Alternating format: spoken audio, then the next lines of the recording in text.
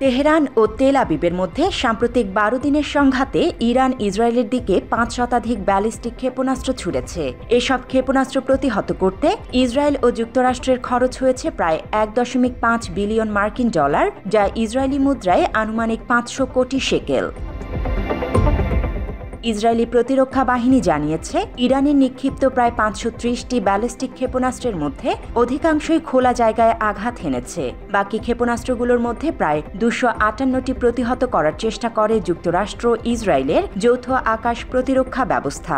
এর মধ্যে সফলভাবে প্রতিহত করা হয় ২২২টি, যা মোট ইন্টারসেপশনের ৮৬%।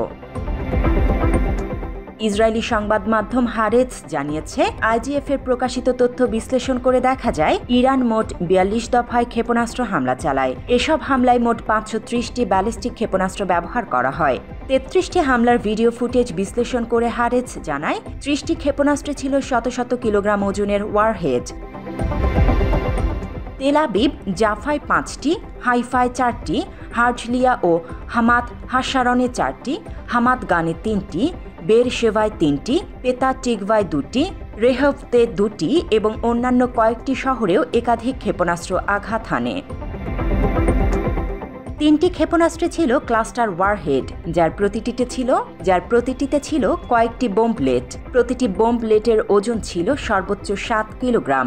এই ক্লাস্টার ক্ষেপণাস্ত্রগুলোর আঘাত হানে বেরশেভা, রিশন লেজিয়ন, হলন, আজর, সাভিয়ন, বাতিয়াম ও ওর ইয়েহুদা এলাকায়। এই আকাশ প্রতিরক্ষায় ব্যবহৃত হয়েছে ইসরায়েলের অ্যারো 2, অ্যারো 3 এবং যুক্তরাষ্ট্রের থার্ড সিস্টেম।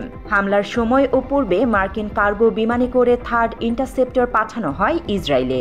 মার্কিন স্যাটেলাইট গবেষক কোরি শের ও যেমন ভ্যান ডেন হুয়েক আরও 10টি অপ্রকাশিত হামলার স্থান শনাক্ত করেছেন। তাদের তথ্য আইডিএফ আংশিকভাবে নিশ্চিত করেছে। ইরান থেকে ছোড়া ৮ দফার সালভো ক্ষেপণাস্ত্র হামলায় যুক্তরাষ্ট্র ও ইসরায়েল মিলে ছুড়েছে ৮৪টি ইন্টারসেপ্টর। এর মধ্যে ৩৪টি অ্যারো 3, 9টি অ্যারো 2 এবং ৩৯টি থার্ড। সমগ্র ১২ দিনের ব্যবধানে আনুমানিক ১৯৫টি ইন্টারসেপ্টর ব্যবহৃত হয় বলে ধারণা করা হচ্ছে। প্রতিটি ইন্টারসেপ্টরের আনুমানিক খরচ ২০ লাখ মার্কিন ডলার। ফলে পুরো অভিযান পরিচালনায় ইসরায়েল ও যুক্তরাষ্ট্রের ব্যয় হয়েছে আনুমানিক ১.৫ বিলিয়ন ডলার।